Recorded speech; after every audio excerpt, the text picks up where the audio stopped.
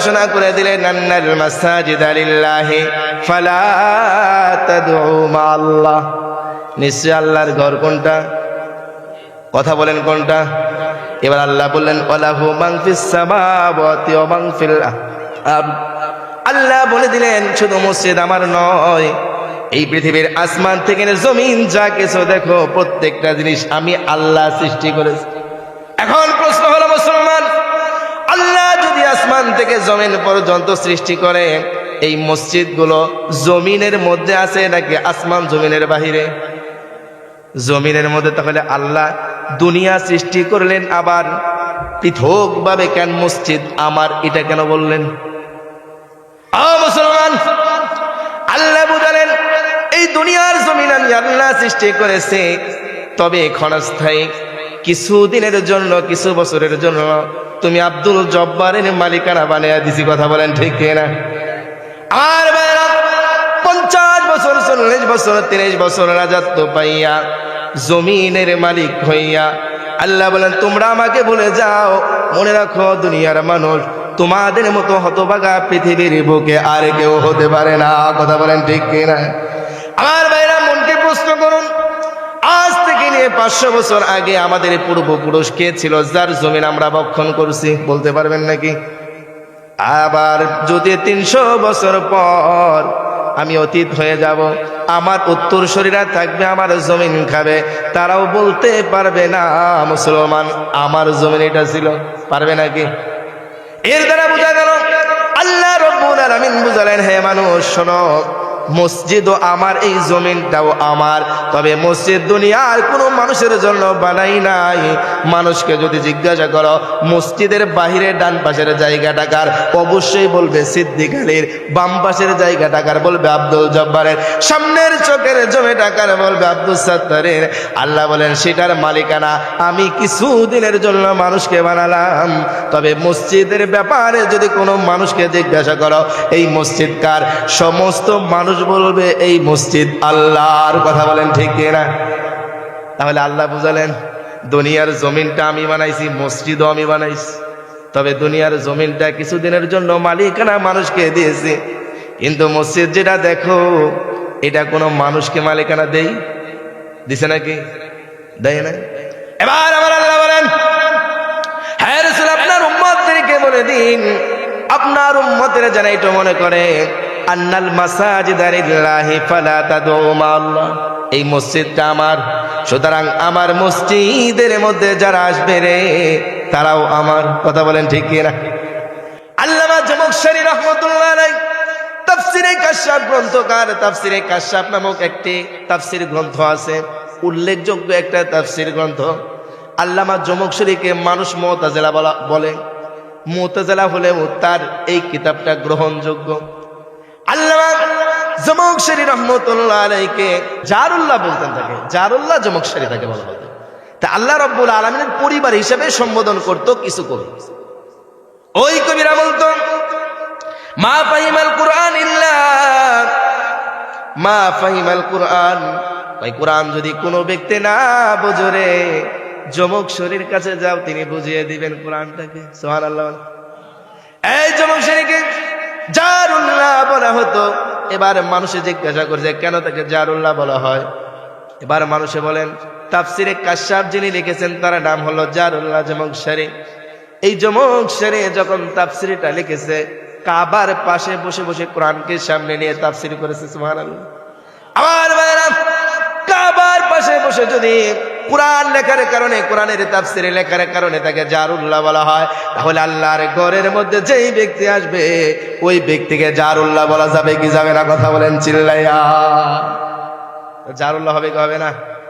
এই জন্য আমার রাসূল বলেন উম্মারুল মাসাজিদ হুম আহলুল্লাহ, যারা মসজিদকে আবাদ করবে, যারা মসজিদে নামাজ পড়বে গো, ওই ব্যক্তিরাই হলো আল্লাহর পরিবার। বলেন সুবহানাল্লাহ।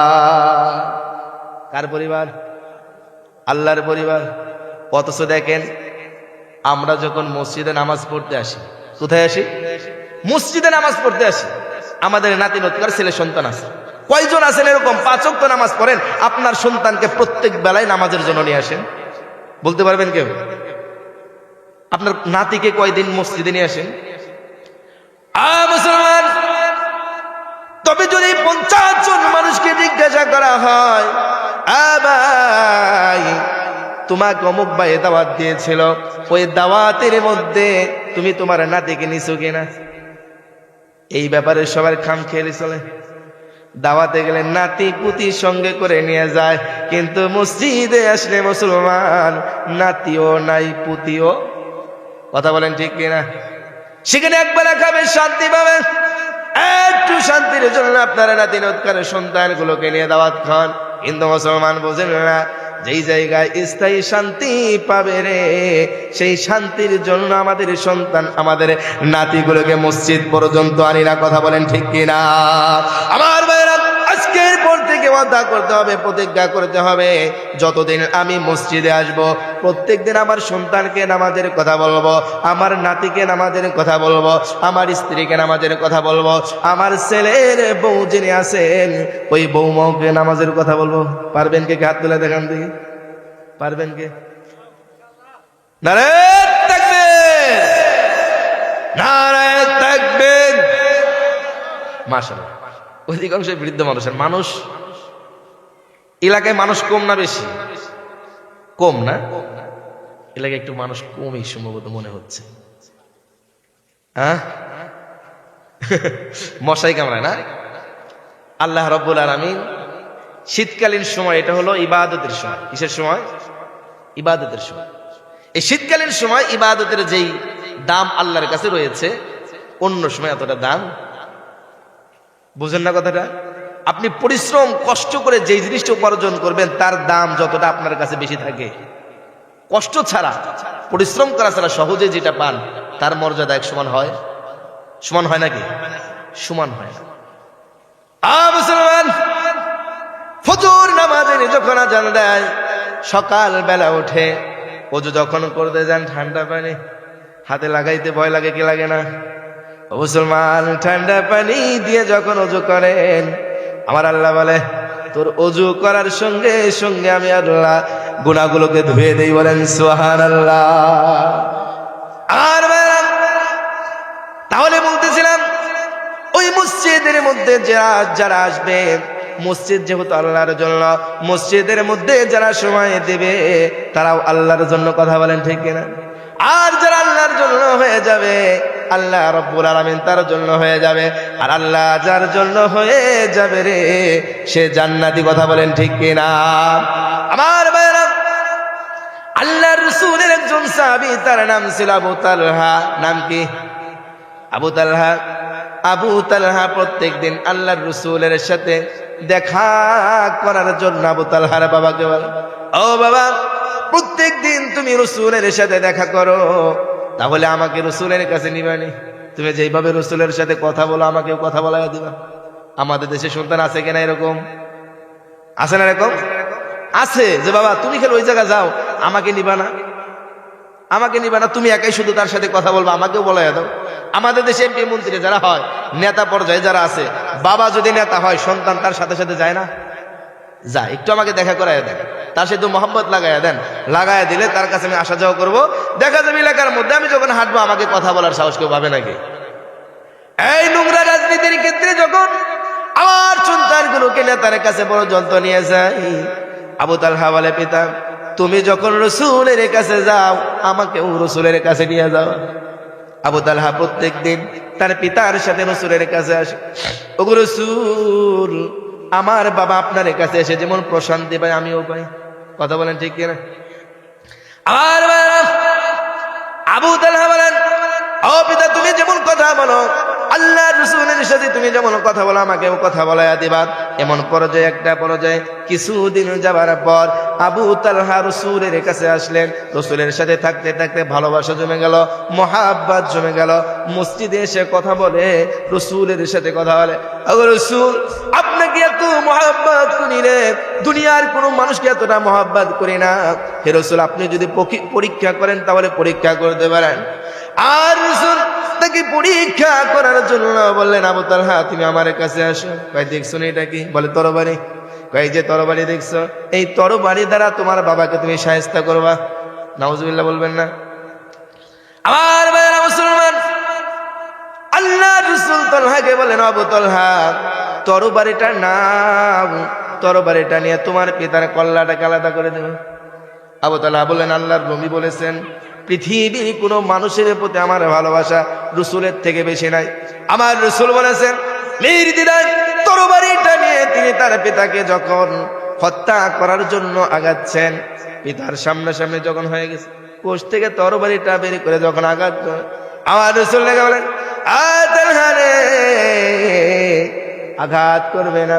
আমি রাসূল দুনিয়ার জমিনে সন্তান ছেলেকে মারবে এই জন্য আসি নাই, আমি এসেছি সন্তান পিতার সাথে ভালো আচরণ দেখানোর জন্য, শেখানোর জন্য। বলেন সুবহানাল্লাহ। আর আবু তালহা একটা সেকেন্ড দেরি করে নাই, তিনি তরবারিটা কোষের মধ্যে বলে রাসূলের কাছে আসছেন। আমার রাসূল বলেন, আবু তালহা তুমি পাশ করেছো পরীক্ষায়, তুমি বলেছিলে পরীক্ষা নিতে, তোমার পরীক্ষা করেছে, তুমি পাশ।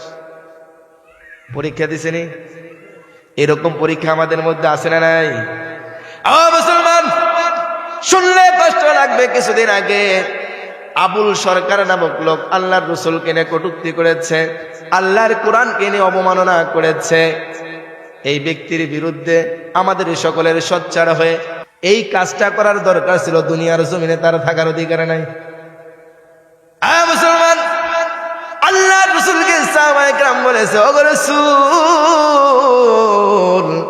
আপনাকে গালি দিবে, আমার আল্লাহকে গালি দিবে, ওই ব্যক্তি দুনিয়ার জমিনে থাকতে পারবে না। আমার ভাইয়েরা, তাহলে আবুল সরকার যিনি আল্লাহ রাসূলকে কটূক্তি করলেন, আল্লাহকে কটূক্তি করলেন, কোরআন অবমাননা করলেন, কত বড় স্পর্ধা! তিনি বলেন আল্লাহর মুখ না হুক নাউযুবিল্লাহ বলবেন না। আমার ভাইয়েরা, আগামীকাল সকাল 8 ঘটিকা থেকে মানিকগঞ্জে বাস স্ট্যান্ডে একটা সমাবেশ হবে। সেই সমাবেশে মুসলমান হিসেবে আপনার যাওয়ার দরকার আছে না নাই? আছে না নাই? কথা বলেন। এই সমাবেশে যাওয়ার দরকার আছে না নাই? অবশ্যই যাওয়ার দরকার আছে। মুসলমান, আবু তালহা বলেন, ইয়া রাসূলুল্লাহ আপনি আমার পিতাকে হত্যা করতে বলেছেন। আমার পিতা শুধু নয়, আপনি যদি এর থেকেও নিকট আত্মীয় কাউকে হত্যা করতে বলতেন, আমি আপনার কথা মতো সেটা করে ফেলতাম। সুবহানাল্লাহ। আমার ভাইরা, এবার আবু তালহা কিছুদিন মসজিদে আসে নাই। আবু তালহার বাবা হঠাৎ করে আসলেন। আবু তালহার বাবাকে রাসূল বলেন, ও আবু তালহার বাবা, কেন আবু তালহা আসে না? ইয়া রাসূলুল্লাহ আমার সন্তানটা অসুস্থ। আবু তালহার বাবা বলেন, আবু তালহার বাবা বলেন আমার সন্তানটা অসুস্থ। রাসূল বলেন, ও আবু তালহার বাবা, আবু তালহা কোথায়? আবু তালহার বাবা বলেন, ইয়া রাসূলুল্লাহ আমার সন্তানটা আমার ঘরের মধ্যে শুয়ে আছে, উঠতে পারে না। রাসূল বললেন, সাহাবীরা কোথায়, আসো, আবু তালহার কাছে যাব, আবু তালহা অসুস্থ, আগে দেখবো। আবু তালহার কাছে আসলেন। রাসূল সরে দাঁড়িয়ে আবু তালহার দিকে তাকাইয়া বললেন, আবু তালহা তুমি কেমন আছো? ইয়া রাসূলুল্লাহ অসুস্থ দেখতে পাচ্ছেন, ভালো নাই। আমার ভাইরা, আবু তালহার অসুস্থ দেখে রাসূল যখন চলে আসবে সাহাবায়ে কেরামকে নিয়ে, আবু তালহার বাবা আবু তালহার মাকে ডাক দিলেন, ও আবু তালহার বাবা শোনো, আমার আবু তালহা যদি মরে যায়, দুনিয়ার কোনো ব্যক্তি জানাজা পড়বে না, দাফন করবে না, আমি রাসূল স্বয়ং তার দাফন এবং জানাজা পড়াবো। বলেন সুবহানাল্লাহ। এই জন্য বলেছিলাম ভাইরা আমার, জারুল্লাহ আল্লাহ রাব্বুল আলামিন আল্লাহর পরিবার হিসেবে আখ্যায়িত করেছেন। যারা মসজিদের সাথে মহব্বত রাখবে, আল্লাহর রাসূলের সাথে মহব্বত রাখবে, আল্লাহর সাথে যারা মহব্বত রাখবে গো, ওই ব্যক্তি শুধুমাত্র দুনিয়ার মানুষের প্রতিবেশী হবে না, তারা স্বয়ং আল্লাহর রাসূলের এবং আল্লাহর প্রতিবেশী হিসেবে বিবেচিত হবে। বলেন সুবহানাল্লাহ।